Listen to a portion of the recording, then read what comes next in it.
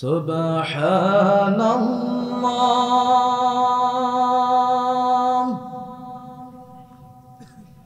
আলহামদুলিল্লাহ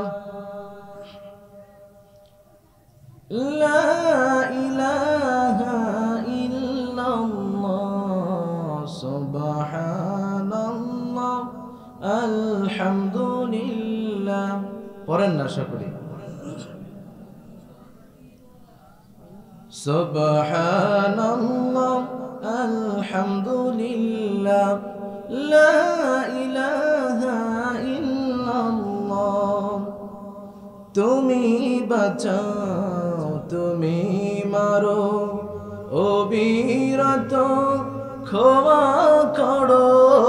তুমি বাঁচাও তুমি মারো অবিরত ক্ষমা করো। ধরার যে জন তাকে ধরো, ধরার যে জন তাকে ধরো।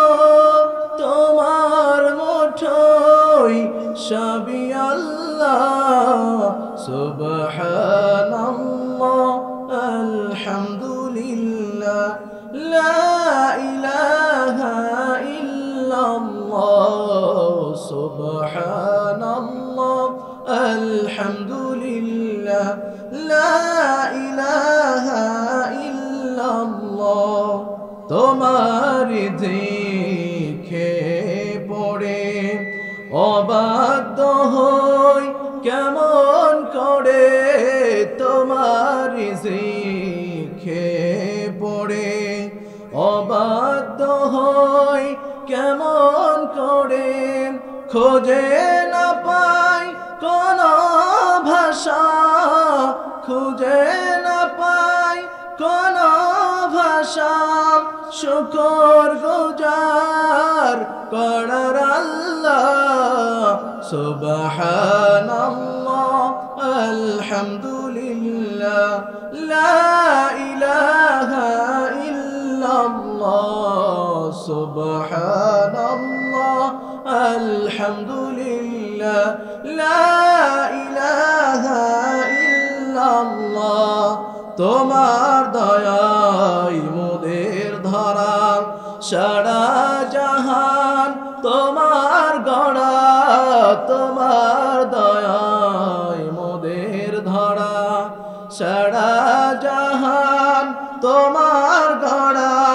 তোমার পথে আমার জীবন, তোমার পথে আমার জীবন। কবুল করো ও গো আল্লাহ। সুবহানাল্লাহ আলহামদুলিল্লাহ লা ইলাহা ইল্লাল্লাহ। সুবহানাল্লাহ আলহামদুলিল্লাহ লা ইলাহা ইল্লাল্লাহ। সুবহানাল্লাহ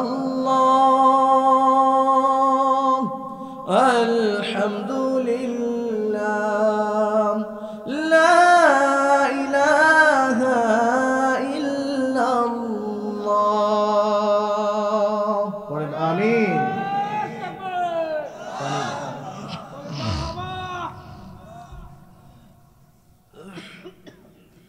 আলহামদুলিল্লাহ। জয়পুরহাট জেলা পাঁচবিবি উপজেলার অন্তর্গত ধরঞ্জি ইউনিয়ন। এই ধরঞ্জি ইউনিয়নে মাস্টারপাড়া যুব সমাজের উদ্যোগে তাফসীরুল কোরআন ওয়াজ মাহফিল।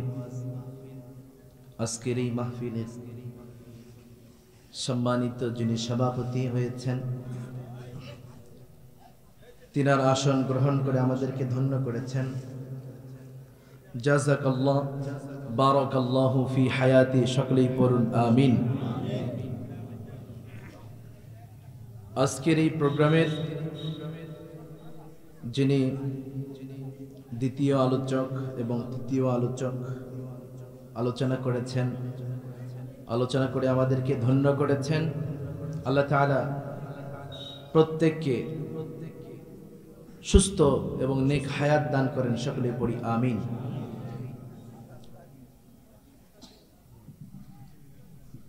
আজকে যুবক সমাজ, এই যুব সমাজ আমাদেরকে একটা দ্বীনের কোরআনের মাহফিল উপহার দিয়েছে, কথা কোন ঠিক কিনা? এই জন্য আমরা খুশি না বেজার? আরো জোরে কোন, খুশি না বেজার? আমরা যদি প্রত্যেকেই খুশি হই, তাহলে রাস্তায় যারা দাঁড়িয়ে আছে সবিনয় অনুরোধ করছে, এই কোরআনের মাহফিলকে আপনি অবজ্ঞা করবেন না, কোরআনের সাথে বেয়াদবি করবেন না। দয়া করে কোরআনের ছায়াতলে বসে যান, নিচে জায়গা আছে, আপনারা সকলে নেমে আসেন। আমি উদারত আহ্বান জানাই, আমি আশা করছি আপনারা নিচে নেমে আসবেন। প্রিয় ভাইরা, একটা উত্তর দিবেন, মুরগি সর্বপ্রথমে কি দেয় বলুন তো? আরো জোরে কোন। ডিম কি একবারেই 30টা বা 7টা 8টা দেয়? কয়টা করে দেয়? একে একে দিতে দিতে সর্বোচ্চ 11টা 12টা, না কি বলেন? এরপরে কি করা হয়? এটা কুচা পড়ে, আমাদের গ্রামের ভাষায় কুচা যখন পড়ে বুঝতে পারি আমরা। তো যে 10-12টা ডিম আছে, এই 10-12টা ডিম এক জায়গায় সুন্দর করে সাজিয়ে গুছিয়ে মুরগির নিচে বসে দেই, কথা কোন ঠিক কিনা? কেন দেই? সাজিয়ে কেন দেই? যাতে করে মুরগিটা সমস্ত ডিমে একসঙ্গে একই তাপমাত্রায় একই রকম ভাবে তাপ দিতে পারে, কথা কোন ঠিক কিনা? তেমনি ভাবে আপনি যদি একটা ডিমকে হাড়ির বাহিরে রাখেন আর বাকি 10টাকে ভিতরে রাখেন, তাহলে 11টার যে ডিম, 11টা ডিম ফুটবে না 10টা ফুটবে? কারণ কি? একটা নেটওয়ার্কের বাহিরে আছে, কথা কোন ঠিক কিনা? তো যারা কোরআনের বারাকা পেতে চায়, যারা কোরআন শুনতে চায়, শুনে নিজের জীবনকে কোরআন অনুযায়ী গঠন করতে চায়, তো তাদেরকে কোরআনের ছায়াতলে আসতে হবে, কথা কোন ঠিক কিনা? দূরে সরে থাকলে কোরআন পাওয়া যাবে?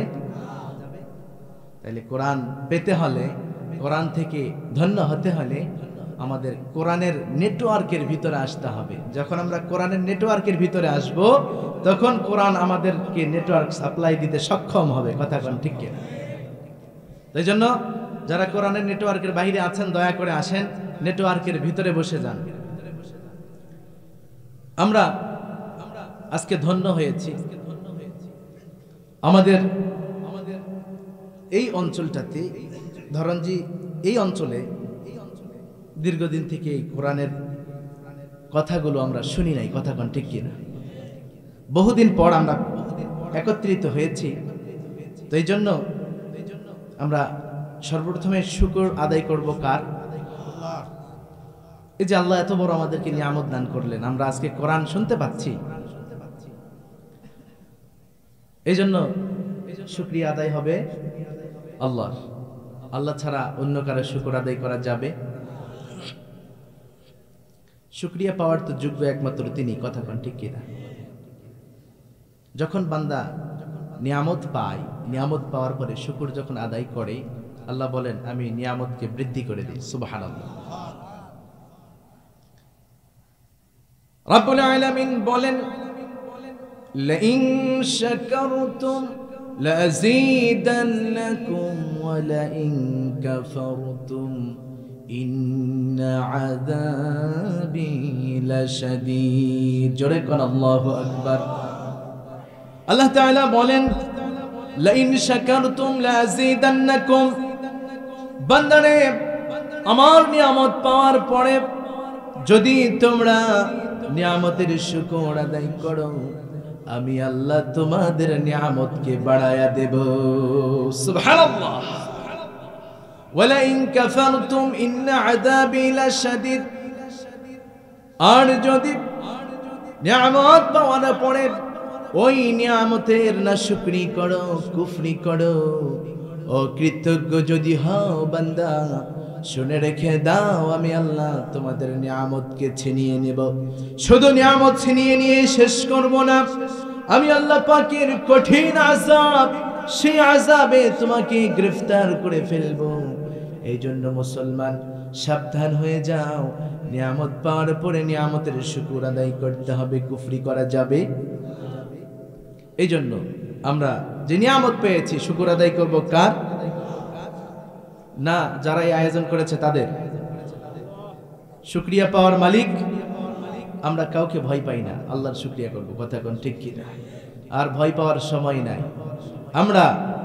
আমরা এখন দিনে রাতে শুকরিয়া আদায় করব আল্লাহ, যে আল্লাহ আমাদেরকে জীবন দিয়েছেন। কথা কোন ঠিক কি না? আমাদেরকে এই জীবন দিয়েছেন কে? আমাদেরকে চলান কে? আমাদেরকে খাওয়ান কে? আমাদেরকে পড়ান কে? আমাদের সমস্ত জিম্মাদারি নিয়েছেন তিনি কে? এজন্য আল্লাহ ছাড়া কারো শুকরিয়া আদায় করা যাবে? কোন রাম বাম, কোন নাস্তিক, কোন বেঈমান, কোন বেদিন যদি আমাদেরকে বলে তোর জীবন নিয়ে নিব, কিন্তু আল্লাহর শুকরিয়া আদায় করতে পারবি না, আমরা উদারত কণ্ঠে জানায় দেই, তোমরা শুনে রেখে দাও, আল্লাহর শুকর আদায় করতে আমাদেরকে কেউ বাধা দিতে পারবে না। কথা কোন ঠিক কিনা? এই জন্য শুকর আদায় করছি মহান রবের, সকলেই পড়ছি আলহামদুলিল্লাহ। আওয়াজ হয় নাই, আরো জোরে কোন আলহামদুলিল্লাহ। এবার মনে হয়েছে এখানে যুবক আছে। কথা কোন ঠিক কিনা? আজকে তো এই বাংলাদেশ যুবকদের দেশ। কথা কোন? যুবক চাইলে সব করতে পারে। আজকে আমাদের এই সুন্দর সমাজকে দ্বিতীয়বার নতুন করে উপহার দিয়েছে যুব সমাজ। কথা কোন ঠিক কিনা? আজকে সেই যুব সমাজের উদ্যোগে আজকের আয়োজন। প্রিয় ভাইরা আমার, আমরা আল্লাহ পাকের শুকর আদায় করেছি, তো আলোচনায় চলে যাব। বাড়তি কথা হবে না ইনশাআল্লাহ। যতগুলো কথা হবে সব কথা কোথা থেকে বলুন? আরো জোরে কোন কোথা থেকে? তো এই জন্য কোরআন থেকে আমরা কথা শুনবো। তো কোরআনের স্লোগান কি বলুন তো? নারায়ে তাকবীর। আরো জোরে কোন নারায়ে তাকবীর। এটা কোরআনের স্লোগান।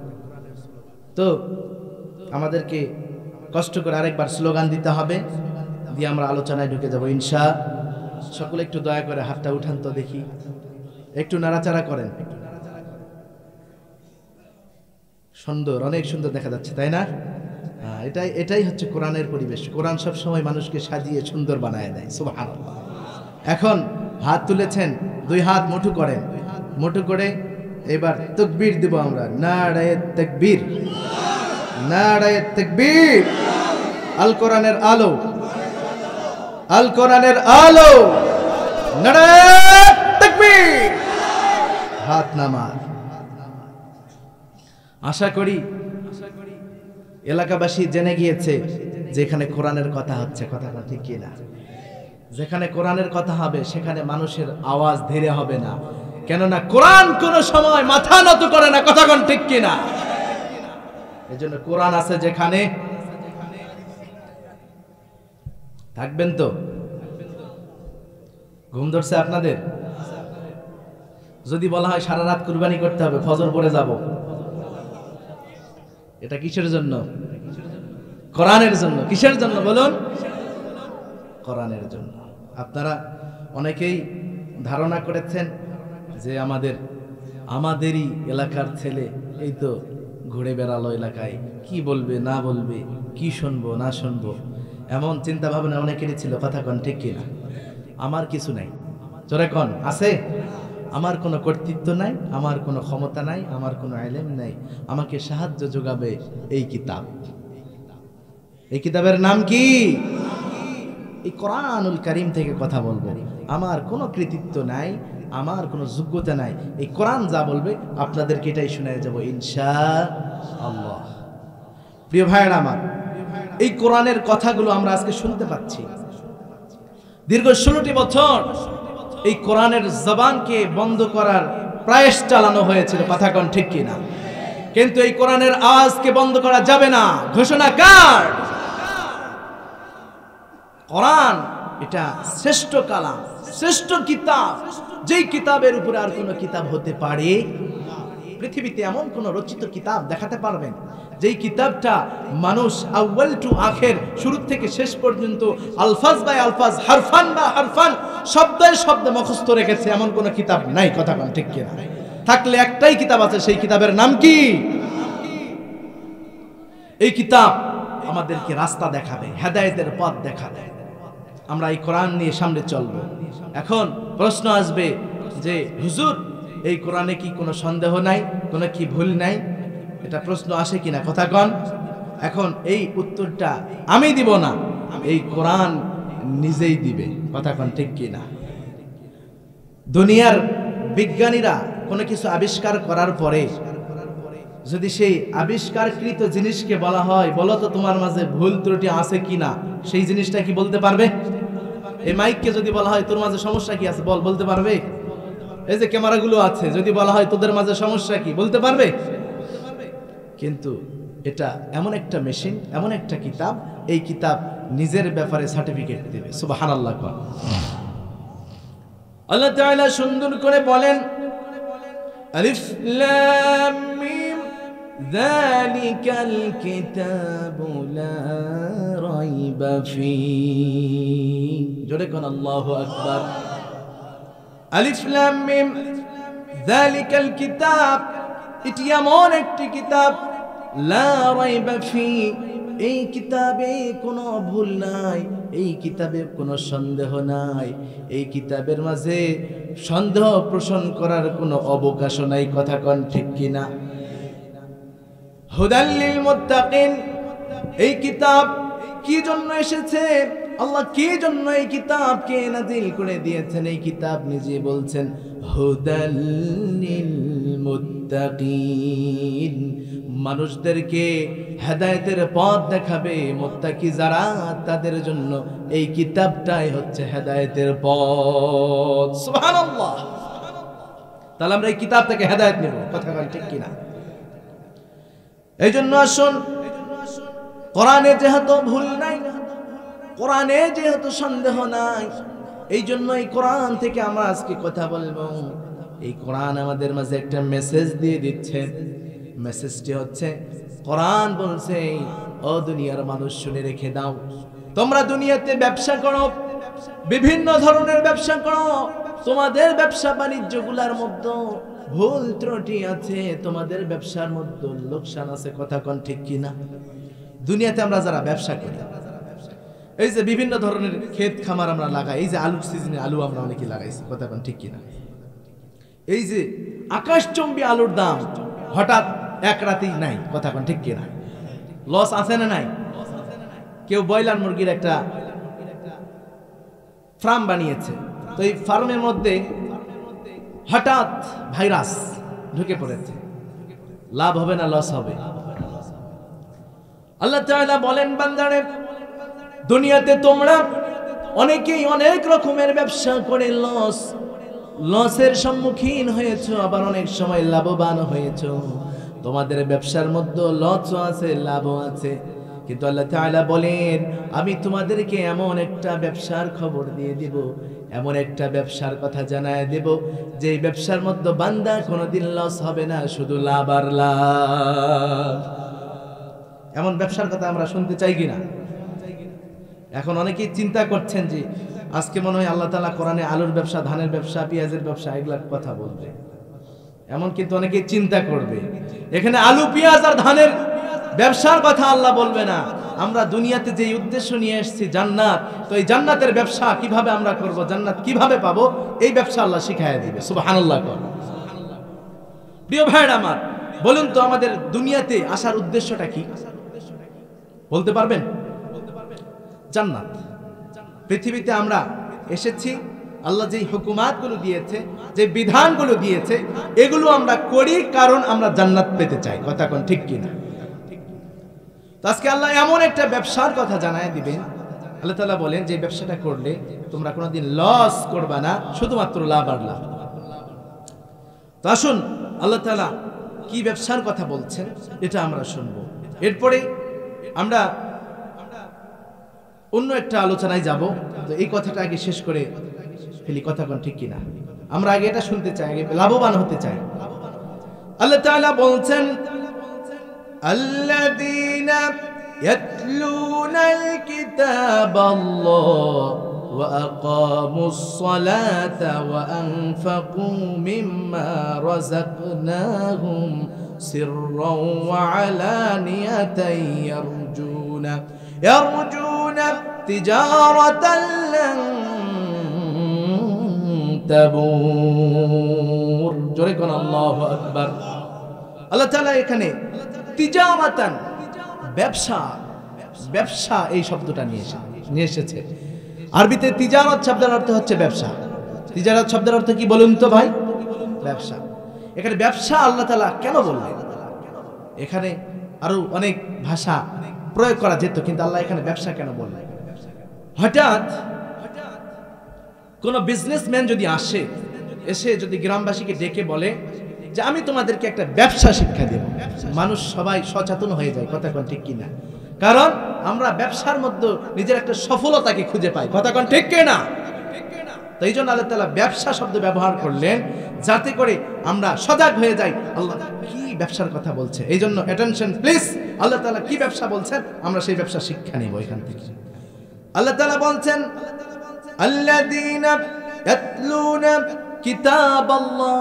আল্লাহ তাআলা বলেন বান্দারে, এক নাম্বার তোমরা যে ব্যবসা করবে, যে ব্যবসা করলে তোমাদের কোনোদিন লস হবে না, সেটা হচ্ছে তোমরা কোরআন তেলাওয়াত করবে। জোরে কোন কি তেলাওয়াত? আরো জোরে বলতে হবে কি তেলাওয়াত? কোরআন তেলাওয়াত করতে হবে। কোরআন তেলাওয়াত এটা এমন একটা ব্যবসা, আল্লাহ তাআলা বলেন বান্দা তুমি যখন কোরআন তেলাওয়াত করবা তোমার প্রত্যেকটা হরফের বিনিময়ে আমি আল্লাহ তাআলা 10টা করে নেক দান করে দেব। সুবহানাল্লাহ। পৃথিবীতে এমন কোন মানব রচিত কিতাব আপনি দেখাতে পারবেন না যেই কিতাব পড়লে পরে আপনার একটা নেকি হবে, এমন কোন কিতাব নেই। শুধুমাত্র একটাই কিতাব আছে, আল কোরআন। এই কোরআন যখন বান্দা পড়ে প্রত্যেকটা হরফের বিনিময়ে আল্লাহ তাআলা 10টি করে নেক দান করে দেয়। প্রিয় ভাইরা, উঠা যাবে না, মজা আসছে, মজা সামনে আছে, থাকবো তো ইনশাআল্লাহ। এক নাম্বার ব্যবসা হলো কোরআন তেলাওয়াত করতে হবে। আজকে আমাদের সমাজে কোরআনের তেলাওয়াত গুলো উঠে গিয়েছে। কথা কোন ঠিক কিনা? আগের জামানায় আজ থেকে 15-20 বছর আগে আমাদের নানি দাদিরা যেই পর্যায়ে কোরআন তেলাওয়াত করত, আজকের ভাবিরা তার 1% করে না। কথা কোন ঠিক কিনা? তারা কোরআন তেলাওয়াত করত, তারা 65, 60, 100 বছর বয়সেও কোরআন তেলাওয়াত করেছে, চশমা লাগে নাই। কথা কোন ঠিক কিনা? চশমা ছাড়াই কোরআন তেলাওয়াত করেছে। কারণ পৃথিবীতে একটাই কিতাব আছে যেটা হচ্ছে আল কোরআন। এই কোরআন যদি আপনি দেখেন, আপনার চোখের সমস্যা থাকলে যিনি চোখের সমস্যা দূর করে দিয়ে আপনার চোখকে সবল বানায় দিবেন তিনি কে? এক নম্বর ঔষধ দিয়ে গেলাম, এই আলোচনার মধ্যে একটা ঔষধ দিয়ে গেলাম। যাদের চোখের সমস্যা আছে বেশি বেশি কোরআন দেখবেন, কোরআন তেলাওয়াত করবেন, আল্লাহ আপনার চোখ ভালো করে দিবে। পারবো না আমরা সকলেই? এই জন্য আজকে সেই কোরআন থেকে আমরা কথা শুনছি, সেই কোরআন থেকে কথা বলছি। যখন কোরআন থেকে কথা বলা হয়, আল্লাহ তাআলা বলেন যখন বান্দা কোরআনের কথা হবে, যখন তোমরা কোরআন শুনবে, ওয়ানসিতু লাআল্লাকুম তুরহামুন। যখন তোমরা কোরআন শুনবে তখন তোমরা নড়াচড়া করবে না, হই হুল্লোড় করবে না, কথা বলবে না, চুপটি করে বসে যাবে। চুপটি করে বসে যখন তোমরা কোরআন শুনবে, লাআল্লাকুম তুরহামুন, আল্লাহ তাআলা তোমাদের উপরে বিশেষভাবে রহমত বর্ষণ করে দেবে। তাইলে আমরা এখন রহমতের ভিতরে আছি। কথা কোন ঠিক কিনা? এই জন্য সন্তানগুলোকে কোরআনের শিক্ষা দিতে হবে। আপনার সন্তান কোরআন শিখে নাই আজম, আপনার সন্তান কোরআন পড়ে না, কোরআন শিক্ষা দেওয়ার জন্য আপনি কোনোদিন চেষ্টাও করেন নাই। আপনার সন্তান আজকে ইঞ্জিনিয়ার হয়েছে, ডাক্তার হয়েছে, বিসিএস ক্যাডার হয়েছে, আপনার সন্তান দার্শনিক হয়েছে, বিভিন্ন ধরনের যোগ্যতাগুলো আপনার সন্তান অর্জন করেছে, কিন্তু আপনার সন্তানের ভিতরে কোরআন নাই। আপনার সন্তান দুনিয়ার যতই শিক্ষা অর্জন করুক না কেন, কিন্তু আল্লাহ পাকের কোরআন যেহেতু আপনার সন্তান শিখে নাই, এই জন্য আপনার সন্তান কোনোদিন সফল সন্তান হতে পারবে না। কথা কোন ঠিক কিনা? পৃথিবীতে আপনি সব পেয়েছেন, ক্ষমতা পেয়েছেন, সম্পদ পেয়েছেন, আপনার সন্তান চাকরি করে, আপনি সমাজে বিশেষ ব্যক্তিত্ব অর্জন করেছেন, আপনার অনেক মর্যাদা, কিন্তু আপনি আল্লাহকে পান নাই। কাকে পান নাই বলুন? আল্লাহকে পান নাই।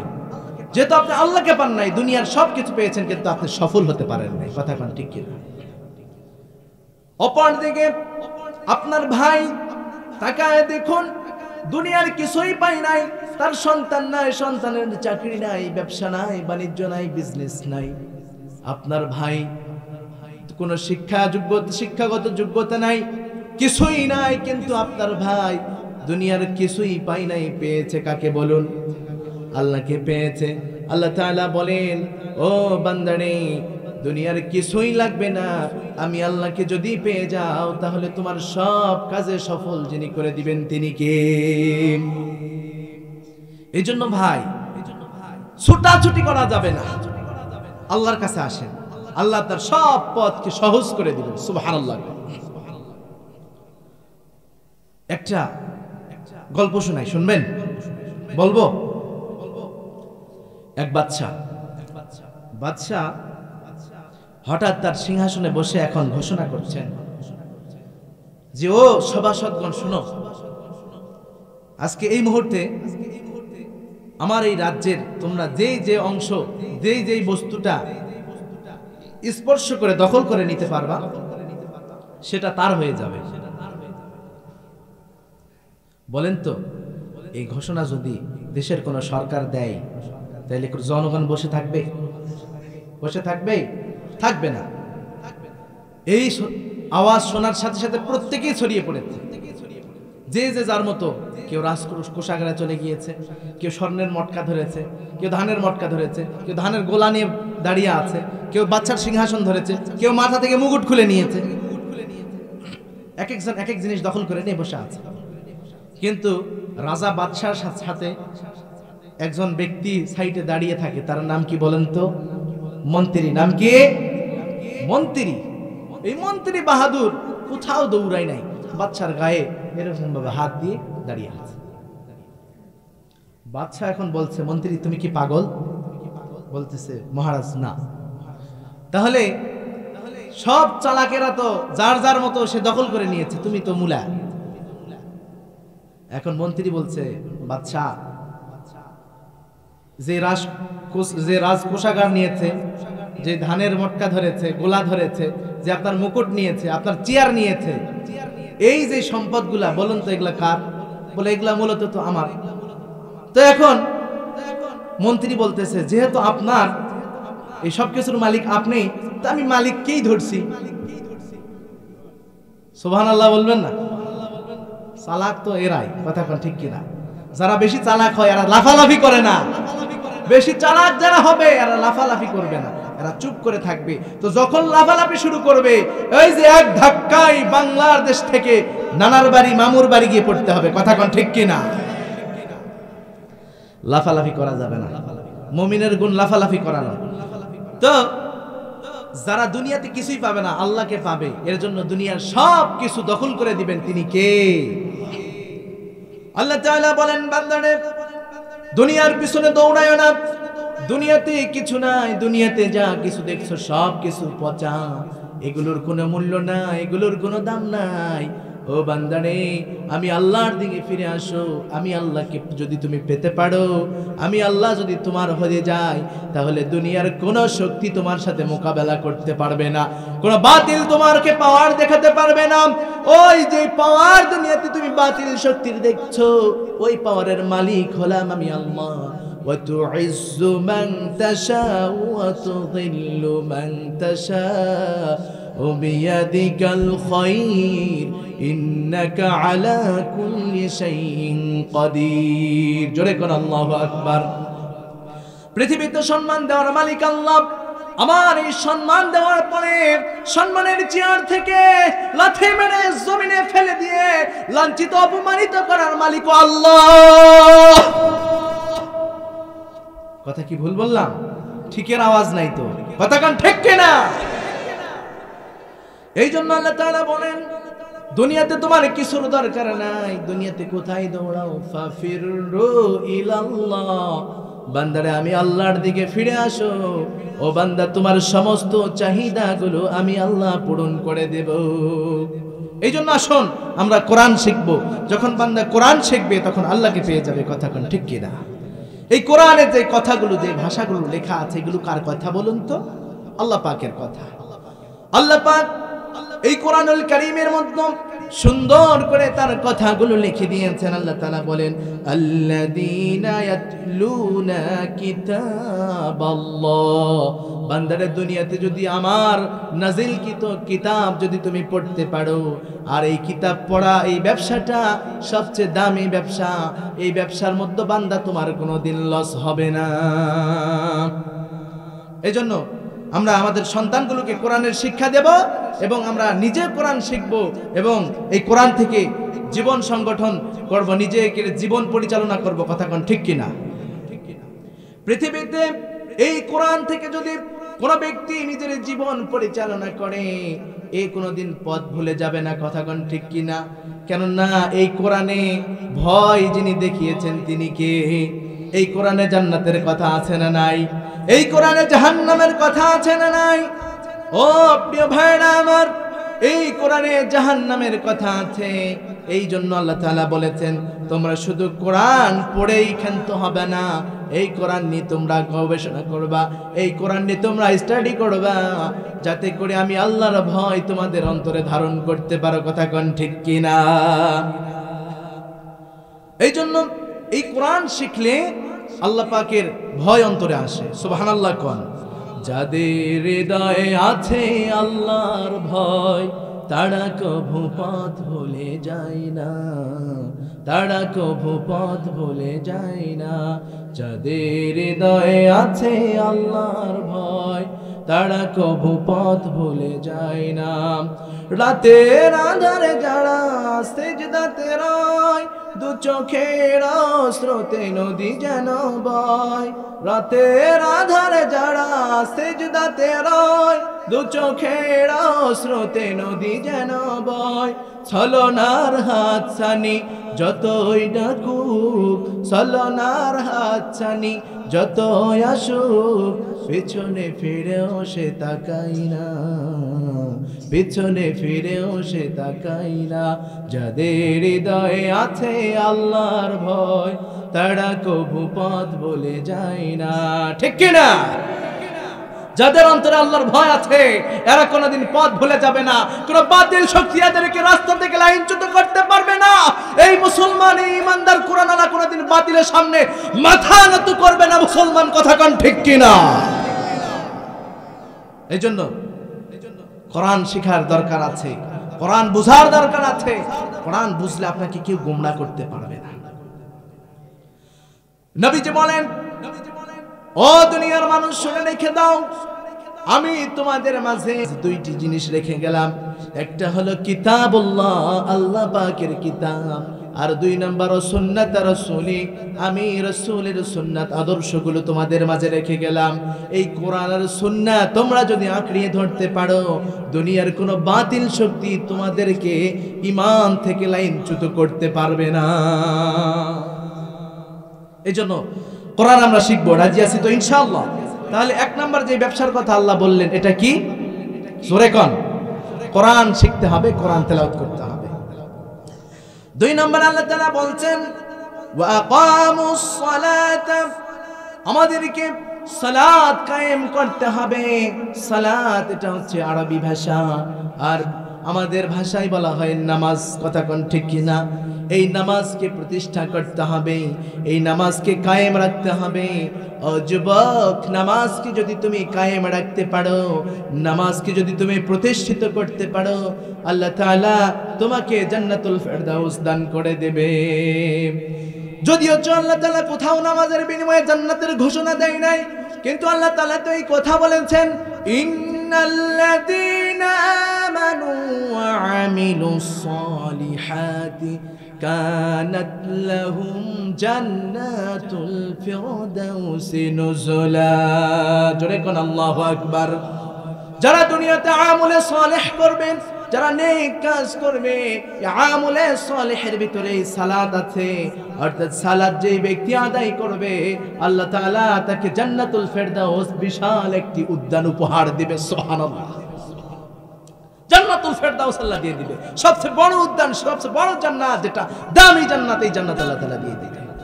আমরা জান্নাত পেতে চাই কিনা?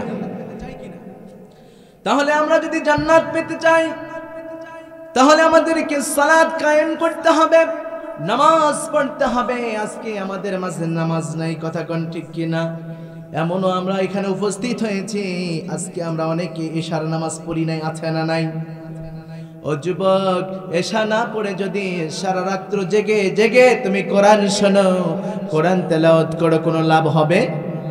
তুমি কিয়ামত পর্যন্ত কোরআন তেলাওয়াত করবে আর জীবনে একটা ওয়াক্ত তুমি নামাজ ছেড়ে দেবে, তোমার নামাজের গুনাহ এত পরিমাণ হবে তোমার সারা জিন্দেগীর ইবাদত দ্বারাও তুমি সেটা পরিপূর্ণ করতে পারবে না। এই জন্য নামাজ আদায় করতে হবে আমাদের। নামাজের গুনাহ, এই নামাজ আল্লাহ পাকের হুকুম। নামাজ যদি বান্দা তুমি ছেড়ে দাও, নামাজের এত বড় অপরাধ, এই অপরাধের বিনিময়ে আল্লাহ তোমাকে যেই শাস্তি দেবে বান্দা তুমি কল্পনাও করতে পারো না। আল্লাহ তাআলা বলেন, আমি আল্লাহ জান্নাতে যে শান্তি আর সুখ রেখে দিয়েছি এটা দুনিয়ার কোনো চোখ কোনোদিন অবলোকন করে নাই, দুনিয়ার কোনো মস্তিষ্ক এটা চিন্তা করে নাই, কোনো অন্তর এটা গবেষণা করে নাই কোনোদিনও। আর আল্লাহ তাআলা জাহান্নামের মধ্যে যে আযাবকে সৃষ্টি করে রেখেছেন, এই আযাবের ব্যাপারেও বান্দা কোনোদিন কল্পনা করতে পারবে না। এখানে যেই শাস্তি আল্লাহ তাআলা দিবেন, এই শাস্তির কথা বান্দা তুমি চিন্তা গবেষণা করে কোনোদিন শেষ করতে পারবে না।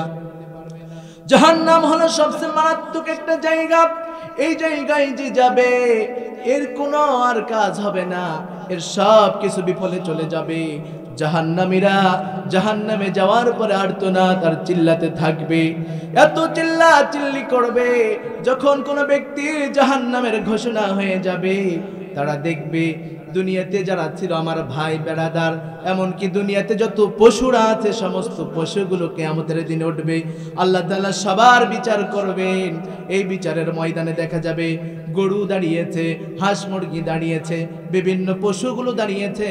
আল্লাহ তাআলা এক গরুকে ডাক দিয়ে বলবে, তোর কি সমস্যা বল। গরু ডেকে ডেকে বলবে, আল্লাহ ওই গরুটা আমাকে দুনিয়াতে একটা ঢিস মেরেছে, আমার শিং ভেঙে দিয়েছে, আমার পেট ফুটা করে দিয়েছে। আল্লাহ তাআলা বলবেন, যা যা আজকে তুই একটা ঢিস মেরে দি, তার শিংটা ভেঙে দে। যখন এই গরু গিয়ে ঢিস মারবে, শিং ভেঙে দেবে, এর সাথে সাথে এরা মাটিয়ে পরিণত হয়ে যাবে।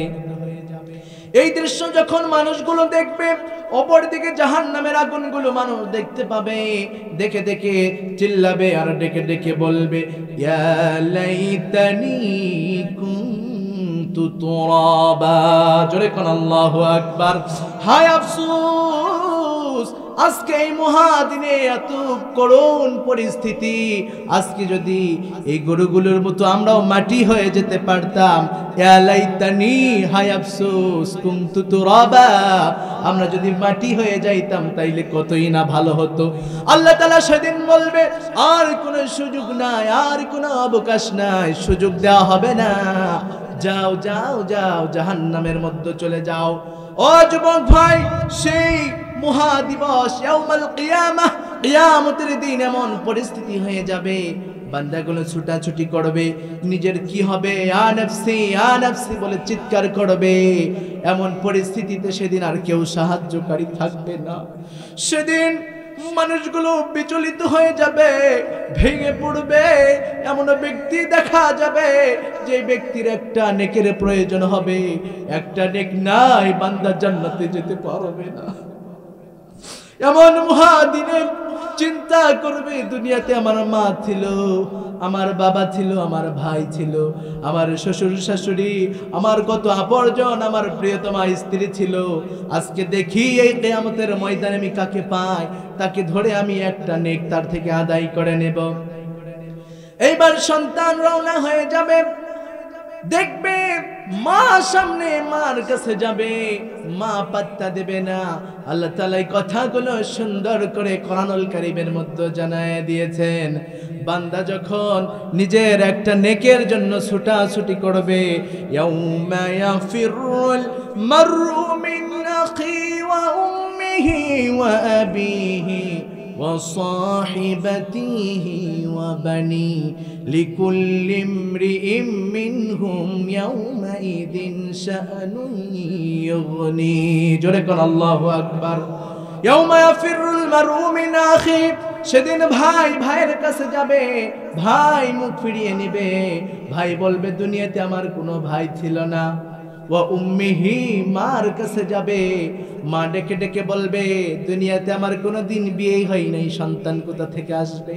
ওয়া আবিহি বাবার কাছে যাবে, বাবাকে গিয়ে বলবে ও বাবা দুনিয়াতে আপনি আমাকে এত ভালোবেসেছেন, একটা নেক আমাকে দেন, একটা নেক হলে আমি জান্নাতে যাব। বাবা সেদিন মুখ ফিরায় নেবে। ওয়া সাহিবাতিহি ওয়া বানি দুনিয়ার বন্ধু বান্ধব যারা আছে সকলেই সেদিন মুখ ফিরায় নেবে।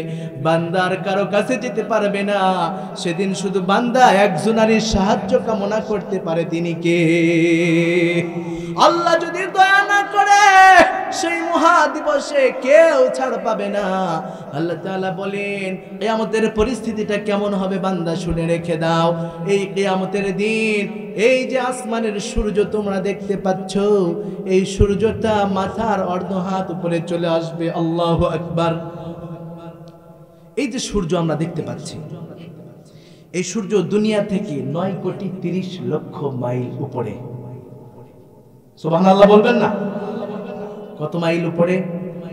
9,30,00,000 মাইল উপরে এই সূর্য আল্লাহ তাআলা একটা মানদণ্ডের উপরে নির্দিষ্ট জায়গায় রেখে দিয়েছেন। সুবহানাল্লাহ। এটা কুদরতটা কার? আল্লাহ তাআলা বলেন এই সূর্য তার নির্দিষ্ট কক্ষ থেকে যদি 1 ইঞ্চি জাররা পরিমাণও নিচে চলে যায়, পৃথিবীর মানুষগুলো বিপদে পড়বে। আবার যদি উপরে যায় তাও বিপদে পড়বে। সুবহানাল্লাহ। এই খেলাটা কার? তো যারা আল্লাহর সাথে বাহাদুরি করে, আল্লাহর সাথে মাস্তানি করে, সম্ভব? সমস্ত ক্ষমতার মালিককে। আলাম তা'লাম আন্নাল্লাহা লাহু মুলকুস সামাওয়াতি ওয়াল আরদ। বান্দারে আসমান জমিনের মাঝে তুমি যা কিছু দেখতে পাচ্ছ সব কিছুর ক্ষমতার মালিক কে? খারাপ লাগে আপনাদের? খারাপ লাগে? কথা কোরআন থেকে হচ্ছে, কথা কোন ঠিক কি না? কোরআনের বাহিরে একটাও কথা হয় না। এই জন্য প্রিয় ভাইরা আমার, আল্লাহ তাআলা বলেন কিয়ামতের ময়দানে সূর্যটা মানুষের মাথার উপরে আসবে। মাথার উপরে আসার পরে এই দুনিয়াতে সূর্যের যতগুলো মুখ আছে সব মুখ আল্লাহ তাআলা বন্ধ করে দিয়েছেন, একটা মুখ দুনিয়ার দিকে দিয়েছেন। সুবহানাল্লাহ। এই একটা মুখ দিয়ে সূর্য দুনিয়াতে তাপ দেয়। যখন রৌদ্র বেড়ে যায় মাঠে ময়দানে থাকা আমাদের জন্য কষ্টকর হয়ে যায়। কথা কোন ঠিক কিনা? আর কিয়ামতের ময়দানে আল্লাহ তাআলা সূর্যের সমস্ত মুখগুলো খুলে দেবে, সূর্য মাথার উপরে আসবে, তাপ দেওয়া শুরু করবে। এত তাপ দিবে, সূর্যের এত তাপ বেড়ে যাবে, বেঈমান নাফরমানের মাথার মগজগুলো টকবক টকবক করে ফুটতে থাকবে। আপনাদেরকে কেমনে বুঝাই ও যুবক ভাই, শুনো, কেমনে ফুটবে, কেমন হবে সেই ফুটন্ত মগজগুলো? দুনিয়াতে আমাদের ঘরে মা বোনেরা ভাত রান্না করে, কথা কোন ঠিক কিনা? ভাতের পাতিলে যখন বলকানি শুরু হয়ে যায়, পাতিলের উপর থেকে ঢাকনাটা সরায়া ফেলবেন, দেখবেন নিচের ভাতগুলো উপরে উঠতেছে, উপরের ভাতগুলো নিচে যাচ্ছে। কথা কোন ঠিক কিনা? সেদিন বেঈমান নাফরমানের মাথার মগজগুলো এমন উত্তপ্ত গরম হবে, সূর্যের তাপে জমিনটা পুড়ে তামা হয়ে যাবে। মাথার মগজগুলো সেই দিন টকবক করে ফুটতে থাকবে, গলে গলে পড়বে। বেঈমান নাফরমানের পেটের লাড়ি ভুড়িগুলো পায়খানার রাস্তা দিয়ে বেরিয়ে চলে যাবে। এমন করুণ পরিস্থিতি হবে সেই মহাদিবসে। দুনিয়াতে আমরা কত গাছ দেখতে পাই, কত ধরনের ছাউনি দেখতে পাই, সেই দিন কোনো ছাউনি থাকবে না, কোনো গাছ থাকবে না। সেদিন শুধুমাত্র একটাই ছাউনি থাকবে, একটাই স্থান থাকবে, সেটা হচ্ছে আল্লাহ পাকের আরশ। আর এই আরশের নিচে সকল মানুষকে আল্লাহ তাআলা স্থান দিবে না। এই আরশের ছায়ার নিচে আল্লাহ তাআলা দুনিয়ার সব মানুষকে স্থান দেবে না। শুধুমাত্র কেবলমাত্র 7 শ্রেণীর ব্যক্তিকে আল্লাহ তাআলা তার আরশের নিচে ছায়া দিবেন। জোরে কোন সুবহানাল্লাহ। এই মহাদিবসে শুধুমাত্র 7 শ্রেণীর মানুষ এই আল্লাহ পাকের আরশের ছায়ার নিচে দাঁড়াতে পারবে। সেই দিন মানুষের এমন পরিস্থিতি হয়ে যাবে, মানুষ ঘামাতে শুরু করবে, ঘামতে ঘামতে ঘাম এত বেড়ে যাবে, কারো ঘামগুলো হাঁটু বরাবর হয়ে যাবে, কারো বুক বরাবর হয়ে যাবে, কারো গলা বরাবর হয়ে যাবে। মুহাদ্দিসিনে কেরাম বলেন, কেউ কেউ ঘামের উপরে সাঁতার কাটতে থাকবে। জোরে কোন আল্লাহু আকবার। আল্লাহ তাআলা বলেন, সেই মহাদিবসে, সেই মহাদিনে বান্দারে দুনিয়ার কোনো শান্তির ছাউনি পাবে না, কোনো ছায়া পাবে না। শুধুমাত্র আমি আল্লাহ পাকের একটাই ছায়া থাকবে, সেটা হচ্ছে আরশের ছায়া। আল্লাহ তাআলা সুন্দর করে নবীজির মাধ্যমে জানায় দেয় এই কথাগুলো। এই হাদিসটি বুখারীতে আছে, তিরমিজি আছে, নাসাঈতে আছে। আল্লাহর হাবিব সাল্লাল্লাহু আলাইহি ওয়াসাল্লাম বলেন, এই হাদিসটি বর্ণনা করেছেন বিশিষ্ট মুহাদ্দিস সাইয়্যিদুল মুহাদ্দিসিন হযরত আবু হুরায়রা রাদিয়াল্লাহু তাআলা আনহু থেকে হাদিসটি বর্ণনা হয়েছে। আল্লাহর নবী বলেন, সাবআতু ইউযিল্লুহুমুল্লাহু ফি দিল্লিহি ইয়াওমা লা দিল্লা ইল্লা দিল্লুহু। সেই মহাদিবসে, সেই মহাদিনে শুধুমাত্র আল্লাহ পাকের আরশের ছায়া ছাড়া আর কোনো ছায়া থাকবে না। আল্লাহ তাআলা বলেন, এই আরশের ছায়ার নিচে এক শ্রেণীর ব্যক্তি সর্বপ্রথম যেই ব্যক্তি এই আরশের নিচে জায়গা পাবে, সেই ব্যক্তির ঘোষণা আল্লাহর নবী বলছেন, ইমামুন আদিলুন, ন্যায়পরায়ণ যেই বাদশাহ হবে, সেই ন্যায়পরায়ণ বাদশাহ হলো এই আল্লাহ পাকের আরশের নিচে জায়গা পাবে। সুবহানাল্লাহ। বাড়িতে যায় কই? খারাপ লাগে আপনাদের? এই কথা বলেই শেষ করে দেব যে 7টা ব্যক্তি, এই 7টা ব্যক্তি কে কে আল্লাহ পাকের আরশের নিচে জায়গা পাবে। শুনতে রাজি আছি না আমরা? দরকার আছে তো, নাকি বলেন?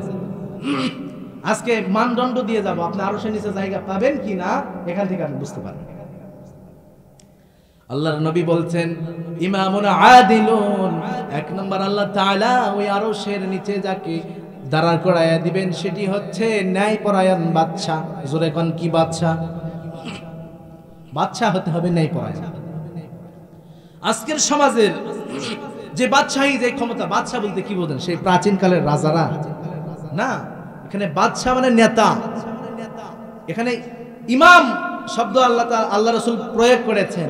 ইমাম মানে প্রত্যেক শ্রেণীর কর্মকর্তা যারা আছে। একজন পরিবারের বাবা, এই বাবা হচ্ছে একজন লিডার। লিডার মানে সে একজন নেতা, সে একজন নেতা মানে সে একজন শাসক। কথা কোন ঠিক কিনা? একজন বাবা একটা পরিবারকে পরিচালনা করে। এই জন্য এই পরিবারের জন্য ন্যায়পরায়ণ ভাবে নেতৃত্ব দিবে একজন বাবা। একটি রাষ্ট্র পরিচালনা করার জন্য একটা সরকার নির্বাচন করা হয়। কথা কোন ঠিক কিনা? এই সরকারকে হতে হবে ন্যায়পরায়ণ। আজকে আমাদের সমাজে এত বিচলিত হয়েছে, আমরা সততা কোথাও খুঁজে পাচ্ছি না। কথা কোন ঠিক কিনা? আজকে সততার মুখ আমরা খুঁজে পাচ্ছি না। যেখানেই যাচ্ছি সেখানেই আমরা নিরাশ হয়ে যাচ্ছি। যেখানেই যাচ্ছি সেখানেই দুর্নীতি, যেখানেই যাচ্ছি সেখানেই চাঁদাবাজি, যেখানেই যাচ্ছি সেখানেই খুন, যেখানেই যাচ্ছি সেখানেই রাহাজানি। কথা কোন ঠিক কিনা? আল্লাহ তাআলা বলেন, যেই সমাজ, যেই রাষ্ট্র, যেই এলাকা কোরআন থেকে শাসন হবে, কোরআন দিয়ে যেই এলাকা, যেই রাষ্ট্র পরিচালনা হবে, সেই এলাকাটা জান্নাতের পরিবেশ গঠন হয়ে যাবে। এই জন্য এই বাংলাকে যদি শান্তি পূর্ণ বাংলাদেশ দেখতে চান, তাইলে কোরআন এর বাহিরে কোনো বিকল্প নাই। কথা কোন ঠিক কিনা?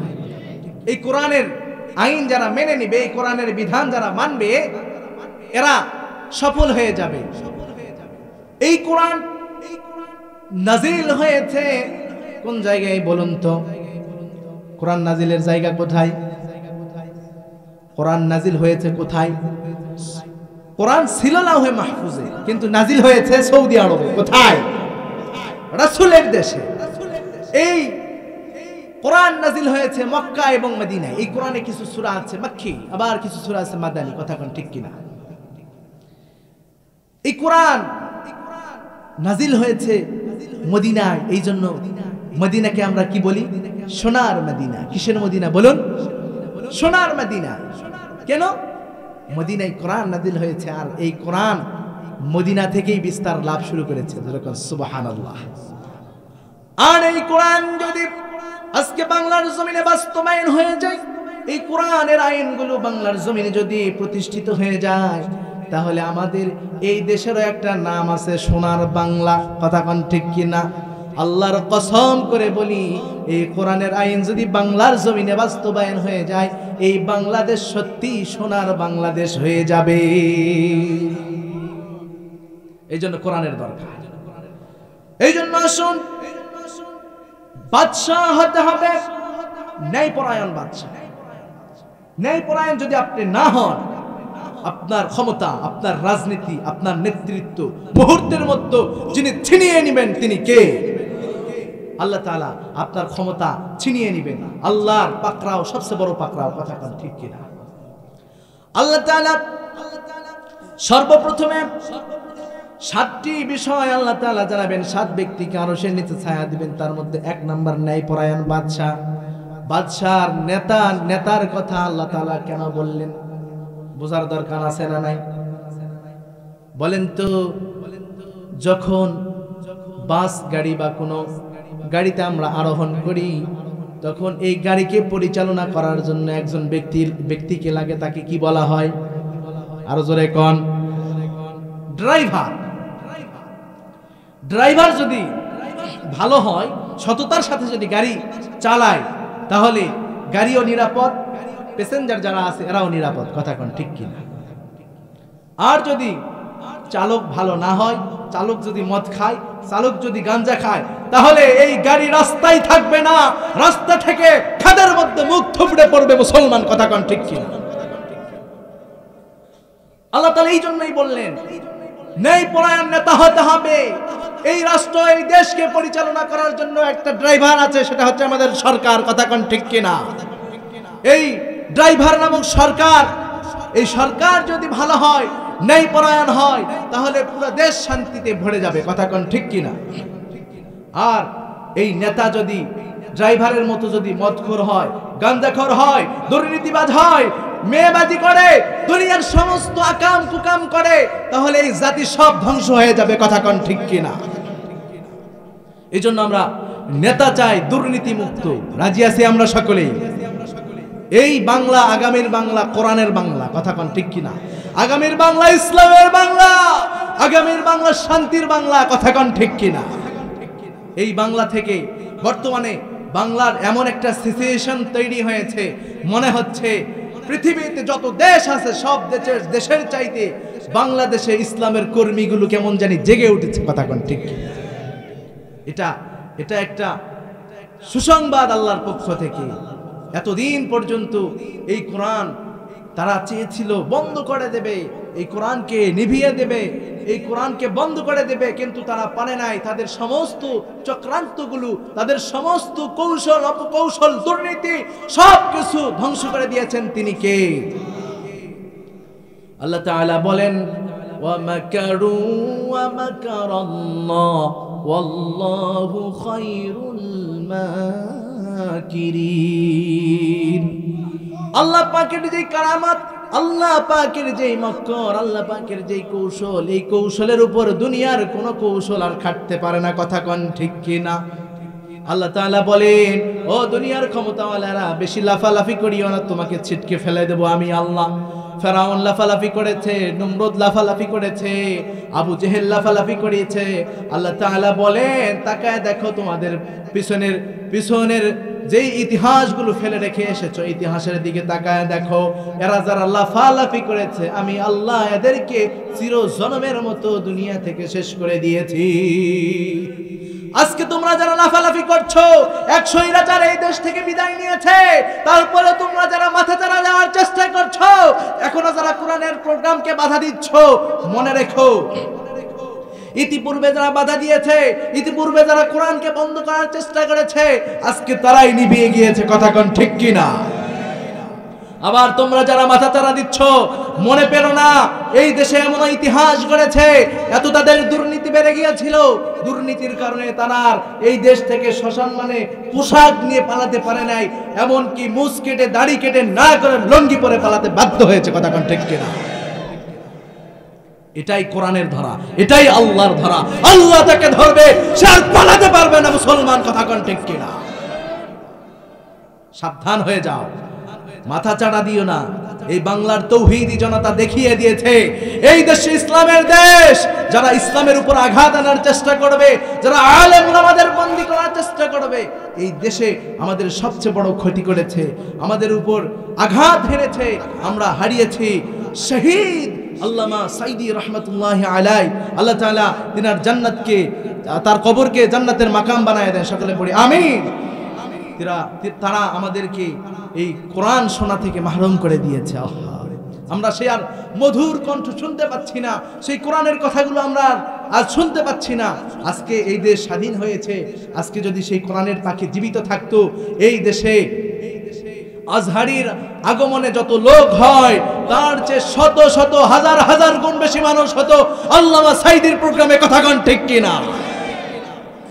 তারপরেও আজহারি সাহেব এই বাংলার জমিনে রেকর্ড করে দিয়েছেন, এত সংখ্যক মানুষ কোনদিন বাংলাদেশে হয় নাই। কথা কোন ঠিক কিনা? এই কোরআনের পাগল, এই দেশের মানুষ কোরআন পাগল। কথা কোন ঠিক কিনা? আমরা কোরআনের পক্ষে থাকবো, কোরআনের পক্ষে লড়বো। যারা কোরআনের বিরোধিতা করবে তাদের দাঁত ভাঙা জবাব দিল মুসলমান। কথা কোন ঠিক কিনা?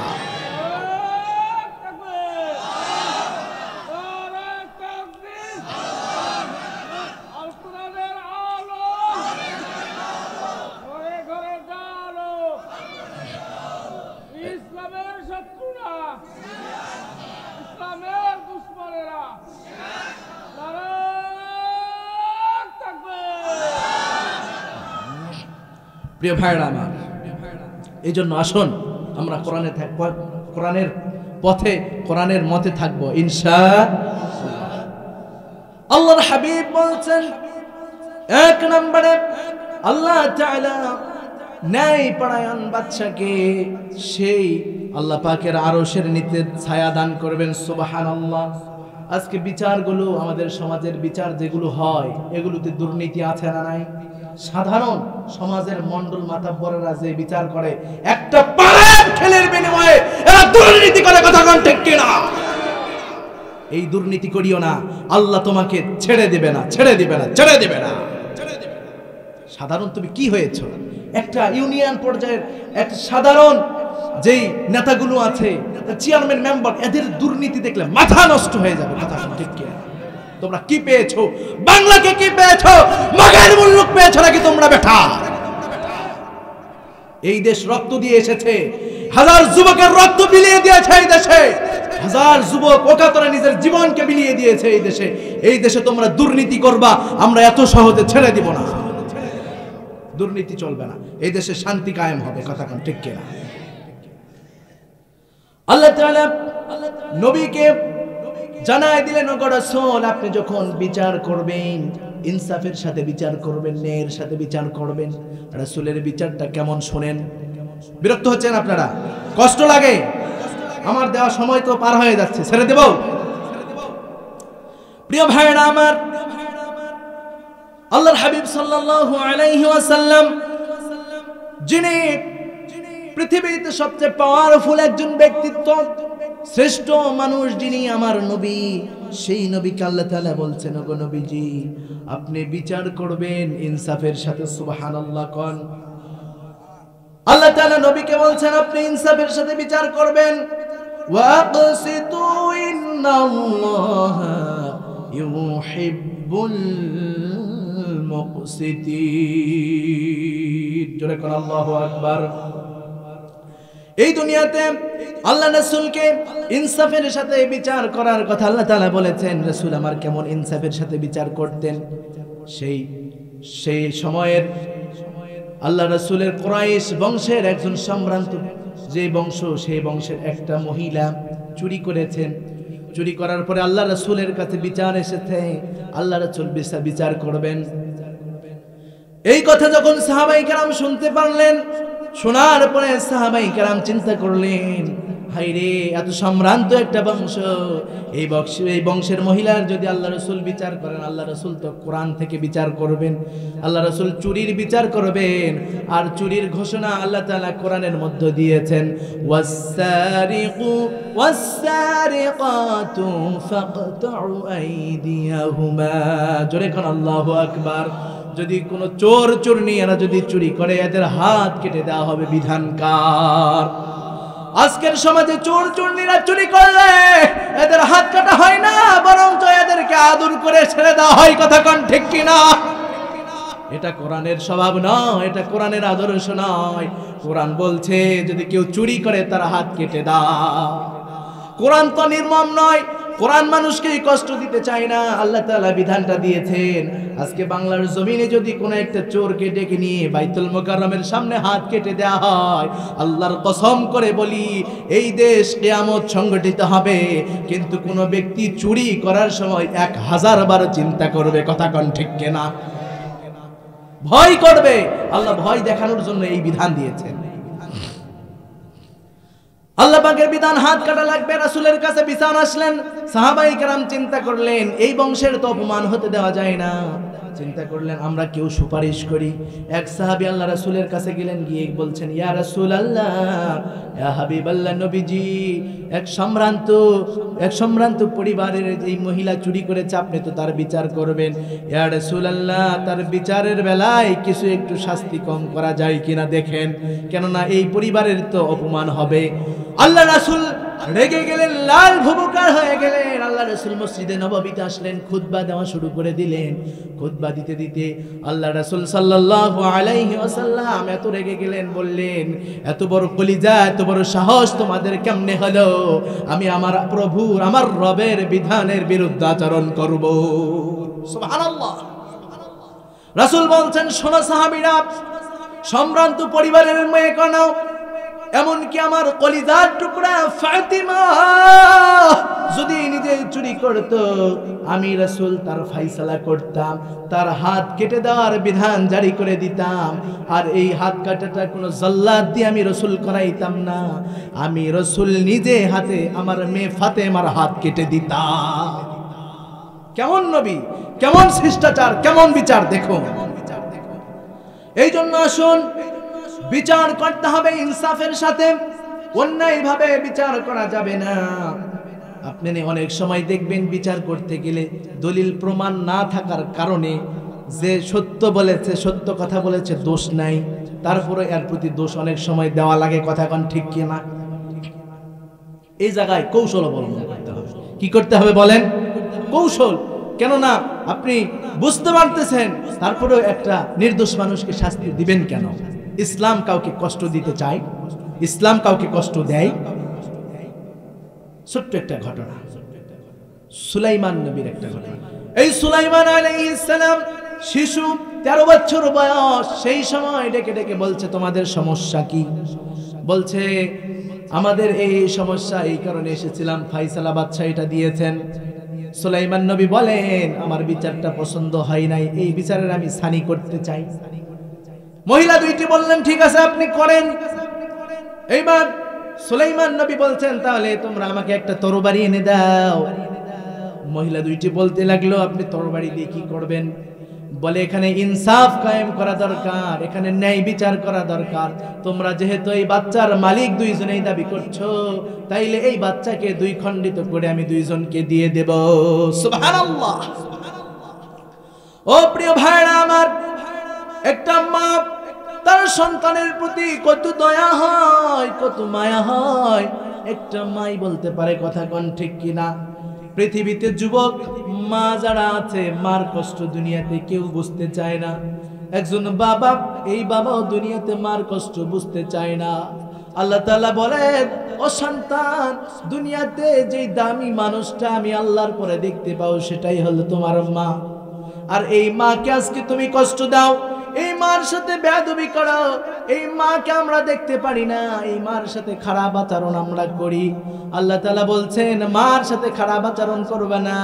রব্বুল আলামিন ঘোষণা করে দিলেন ওয়া কাদা রাব্বুকা আল্লা তা'বুদু ইল্লা ইয়াহু ওয়া বিল ওয়ালিদাইনি ইহসানা ইম্মা ইয়াবলুগান্না ইনদাকাল কিবার আহাদুহুমা আও কিলাহুমা ফালা তাকুল লাহুমা উফফিন ওয়ালা তানহারহুমা। আল্লাহ তাআলা বলেন তোমার রবের চূড়ান্ত সিদ্ধান্ত, আমি রবের ইবাদতের পরে তুমি তোমার মা বাবার খেদমত করবে। সুবহানাল্লাহ। আর এই দুইজনের যখন কোনো একজন বার্ধক্যে উপনীত হবে তখন তোমরা তাদের সাথে খারাপ আচরণ করবা না, তাদেরকে কষ্ট দিবা না, এমন কি তাদের সামনে গিয়ে তোমরা উফ শব্দ ব্যবহার করবা না, যাতে করে তারা কষ্ট না পায়। এই মা সবচেয়ে বড় দামি সম্পদ, কথা কোন ঠিক কিনা? এই মা যাদের নাই তাদের দুনিয়াটা অন্ধকার। আজকে এত রাত্র হয়ে গিয়েছে, মা যদি বেঁচে থাকতো ঘরে গেলে খোকা বলে ডাক দিত, কিন্তু আজকে ঘরে যাবেন যাদের মা নাই এদের খোকা বলে ডাক দেওয়ার কেউ নাই, কথা কোন ঠিক কিনা? ওগো মা তুমি এই ধরনের শ্রেষ্ঠ নিয়ামত, তোমারই পদতলে রয়েছে জান্নাত। ওগো মা তুমি এই ধরনের শ্রেষ্ঠ নিয়ামত, তোমারই পদতলে রয়েছে জান্নাত। ওগো মা তুমি এই ধরনের শ্রেষ্ঠ নিয়ামত, তোমারই পদতলে রয়েছে জান্নাত। এই জন্য আসুন মাকে আমরা কষ্ট দিব না। রাজি আছি ইনশাআল্লাহ? তো আল্লাহ রাসূল বলছেন যে আরশের নিচে যে 7 শ্রেণীর ব্যক্তি স্থান পাবে তার মধ্যে 1 নম্বর হচ্ছে ন্যায়পরায়ণ বাদশা। আমরা যারা নিজের কর্তৃত্বে নিজের অধীনস্থ যারা আছে এদের সাথে আমরা ন্যায়পরায়ণ ভাবে কাজ করব, এদের বিচার যখন করব নিষ্ঠাবানের সাথে করব। রাজি আছি তো ইনশাআল্লাহ? 2 নম্বরে আল্লাহ রাসূল সাল্লাল্লাহু আলাইহি ওয়াসাল্লাম বলেন ওয়াশাবুন, এমন যুবক যেই যুবক নিজের যৌবনকাল, এই যৌবনকালটাকে কাজে লাগায়। আল্লাহ তাআলা বলেন যারা নিজের যৌবনকে কাজে লাগাবে আমি আল্লাহ এদেরকে আরশের নিচে ছায়া দিব। সুবহানাল্লাহ বলেন। আজকে যুবকরা গুনার দিকে ধাপিত হচ্ছে বেশি, হারাম কাজগুলো যুবকরা করছে, নিশায় আসক্ত হয়েছে আজকে যুবক, কথা কোন ঠিক কিনা? হাজার মায়ের কান্না, যেই কান্না আহাজারি, কি কান্না? বলে হুজুর আমার সন্তানটা নেশা করে, কথা কোন ঠিক কিনা?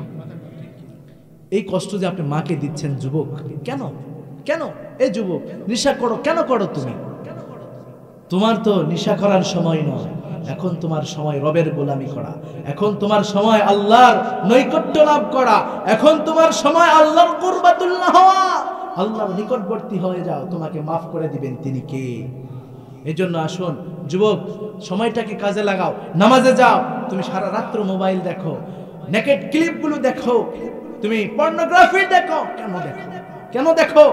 খারাপ ক্লিপ তোমরা যারা দেখছো, তোমাদের যে চোখ দিয়ে তোমরা অবলোকন করছো, কিয়ামতের ময়দানে আল্লাহ তাআলা তোমাদের চোখের মধ্যে শিল ঢুকায় দিবে, কষ্টদায়ক শাস্তি দিবেন আল্লাহ তাআলা। এইজন্য খারাপ জিনিস দেখা যাবে, এই চোখ দিয়ে তুমি দেখবা কোরআন, এই চোখ দিয়ে তুমি আলেম ওলামা দেখবা, এই চোখ দিয়ে ভালো জিনিস দেখবা।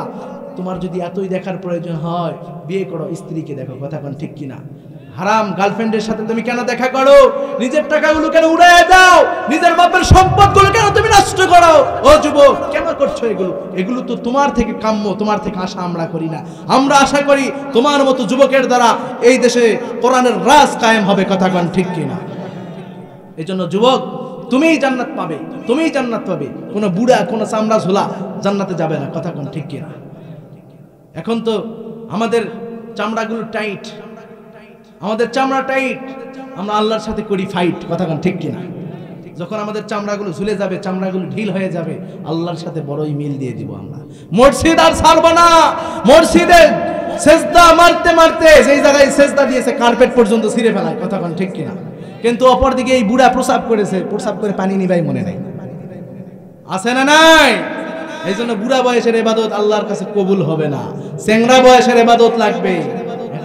এখন বলবেন হুজুর বুড়া হয়েছি দেখি আর ইবাদত হবে না? হবে। আল্লাহ তোমার দেখে শরম পায়। ও বৃদ্ধ, তোমাকে দেখে আল্লাহ শরম পায়, তোমার দাড়িগুলো পেকে গিয়েছে। আল্লাহ তাআলা বলেন যখন কোনো বৃদ্ধ দাড়ি পাকা আমি আল্লাহর কাছে হাত তুলে দোয়া করে, আল্লাহ আমাকে মাফ করে দাও। আল্লাহ বলেন আমি এত লজ্জিত হই বান্দার বলতে দেরি হয় মাফ করতে দেরি।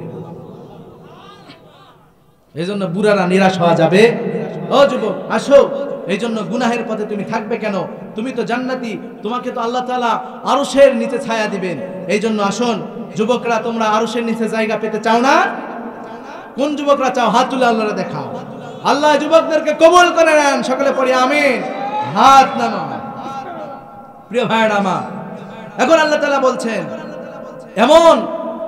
এমন মানুষ, এমন ব্যক্তি যার অন্তরটা মসজিদের সাথে লটকানো থাকে। কিসের সাথে বলুন তো? মসজিদের সাথে যার অন্তরটা লটকানো থাকবে, এই লটকানো ব্যক্তির, মসজিদের সাথে অন্তর লটকানো ব্যক্তিকে আল্লাহ তাআলা আরশের নিচে জায়গা দিবেন। সুবহানাল্লাহ। কষ্ট হচ্ছে আপনাদের? এই বিষয়গুলো নিয়ে আসছি ভাই, এগুলো শেষ না করলে আপনারাও কিছু বুঝবেন না, আমিও শান্তি পাবো না। আমি বুঝতেছি আপনারা বিরক্ত হচ্ছেন, কথাগুলো শুনে যান। এদিকে কুমটিরাও আমাকে সময় দিয়েছে, সময়ও পার হয়ে যাচ্ছে, তারাও হয়তো বিরক্ত হচ্ছে, কিন্তু এই কথাগুলো বলেই শেষ করে দিচ্ছি ইনশাআল্লাহ। যুবক, আল্লাহ তাআলা ওয়াদা করেছেন এমন ব্যক্তি যার অন্তরটা মসজিদের সাথে লটকানো থাকে, একে আল্লাহ তাআলা আরশের নিচে ছায়া দিবেন। আমাদের মসজিদ, আমাদের অন্তরগুলো মসজিদের সাথে লটকানো থাকে না, কথা কোন ঠিক কিনা? যদি মসজিদের সাথে লটকানো থাকতো, ফজরে আর মুয়াজ্জিন শুধু একাই আজান দিত আর ইমাম শুধু একাই নামাজ পড়ে বাড়িতে যেতে হতো না, কথা কোন ঠিক কিনা? মসজিদের সাথে আমাদের অন্তরগুলো লটকানো থাকলে মসজিদে জায়গা দেওয়া যাইতো না, কথা কোন ঠিক কিনা? এই জন্য নিজের অন্তরের সময়গুলো মসজিদের সাথে, নিজেদের অন্তরকে মসজিদের সাথে লটকায় দেব ইনশাআল্লাহ। প্রিয় ভাইরা আমার, রাসূলের জীবনের দিকে দেখেন, রাসূলের সম্পর্ক মসজিদের সাথে কেমন ছিল।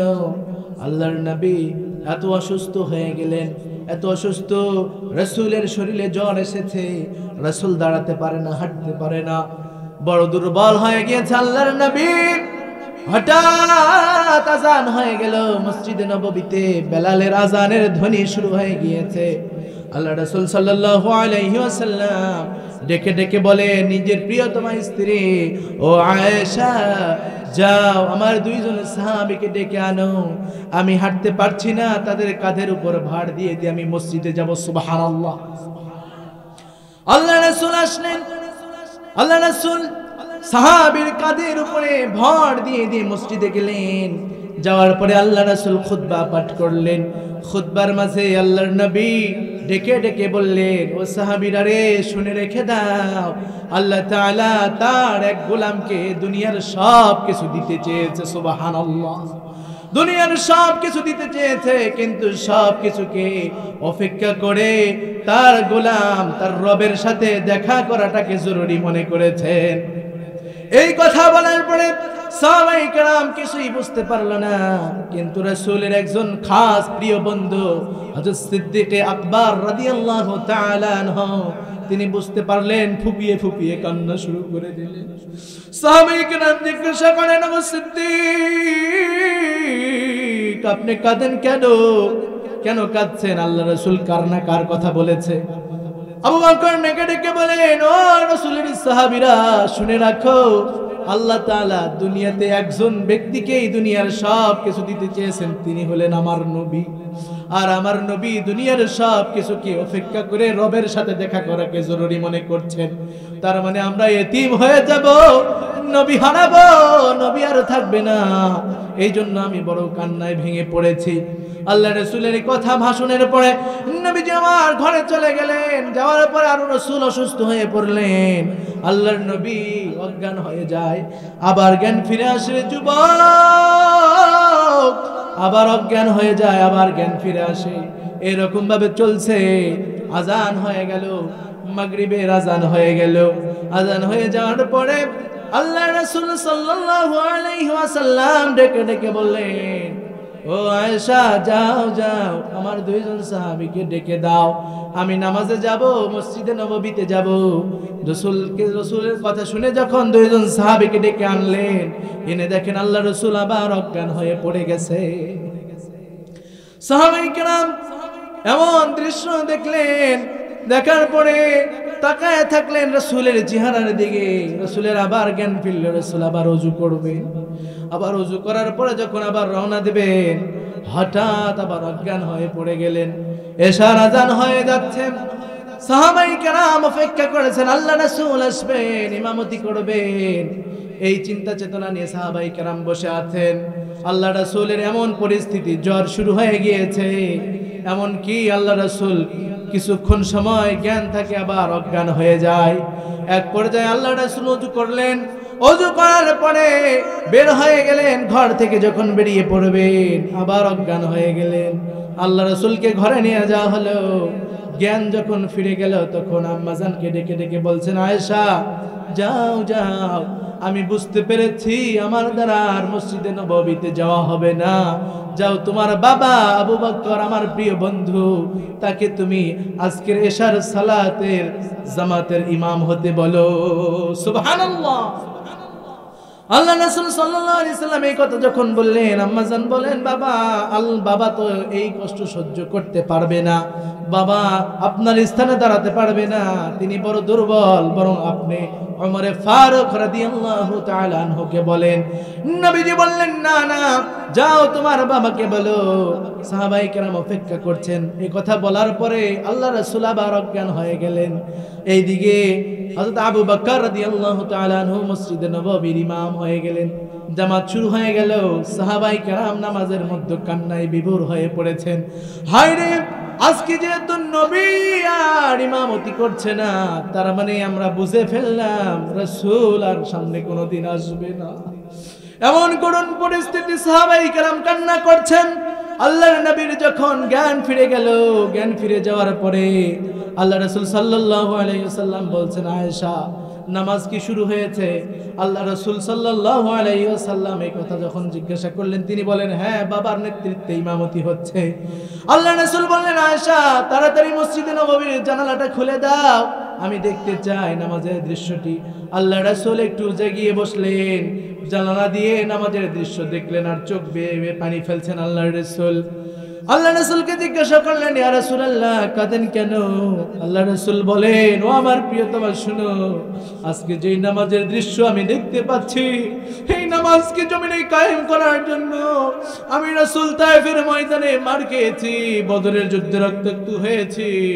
আমি আল্লাহ তাআলা আল্লাহ রাসূল সাল্লাল্লাহু আলাইহি ওয়াসাল্লাম বলেন, আমি নবী এত জুলুমের শিকার হয়েছি শুধুমাত্র এই নামাজকে কায়েম করার জন্য। আল্লাহর কাছে অশেষ শুকর, আল্লাহ তাআলা আমাকে দুনিয়াতে রাখা অবস্থায় এই জামাত আমাকে দেখিয়েছেন। আল্লাহ রাসূল ডেকে ডেকে বললেন, ও দুনিয়ার মানুষ শুনে রাখো, এমন একটা মৃত্যুর শয্যায় আমি রাসূল বলে গেলাম, দুনিয়াতে তোমরা সব ছেড়ে দিলেও তোমরা এই নামাজ ছেড়ে দিবে না। আসসালাত আসসালাত আসসালাত ওয়া মা মালাকাত আইমানুকুম, ও উম্মতেরা নামাজ ছেড়ে দিও না, নামাজ তোমরা ছেড়ে দিও না। এইজন্য আসুন আমরা নামাজ ছাড়বো না, আমাদের অন্তরগুলো যেন মসজিদের সাথে লটকানো থাকে। রাজি আছি তো ইনশাআল্লাহ? প্রিয় ভাইরা আমার, এরপরে যেই ব্যক্তি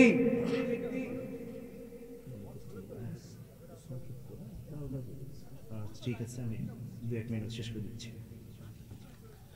প্রিয় ভাইরা আমার, তারপরে আল্লাহ তাআলা বলছেন, ওই যুবক, যে যুবককে দুনিয়ার সম্ভ্রান্ত পরিবারের মহিলারা, নারীরা তাকে আহ্বান জানায় খারাপ কাজের জন্য, তাকে লালসা দেখায়, কিন্তু যুবক বলেন ইত্তাকুল্লাহ, আমি আল্লাহকে ভয় করি, গুনাহের দিকে যাই না।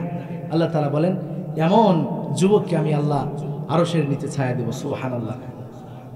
প্রিয় ভাইরা আমার, এগুলো কথাগুলো বললাম কোথা থেকে মনে আছে আপনাদের? কোরআন থেকে কথা বলেছি, কিন্তু আমাদের মূল টপিক ছিল সালাত। সালাত আদায় করতে হবে, সেখান থেকে আমরা এসেছি। আমরা নামাজ থেকে এই কথাগুলো বলছি, আবার সেই নামাজে এসে দাঁড়ালাম। এই জন্য নামাজটা আমাদের জন্য জরুরি। আমরা নামাজ আদায় করব। আল্লাহ তাআলার যে ব্যবসা, 1 নাম্বার ব্যবসা বান্দা কোরআন তেলাওয়াত করবে, 2 নাম্বার ব্যবসা বান্দা সালাত আদায় করবে। কথা কোন ঠিক কিনা? তিন নাম্বার ব্যবসা আল্লাহ তাআলা যেটা বলছেন সেটা হচ্ছে আনফিকু মিম্মা রাযাকনা। তা আল্লাহ তাআলা যে রিজিক দান করেছে বান্দাকে, সেই রিজিক থেকে বান্দা আল্লাহর রাস্তায় ব্যয় করবে। সুবহানাল্লাহ।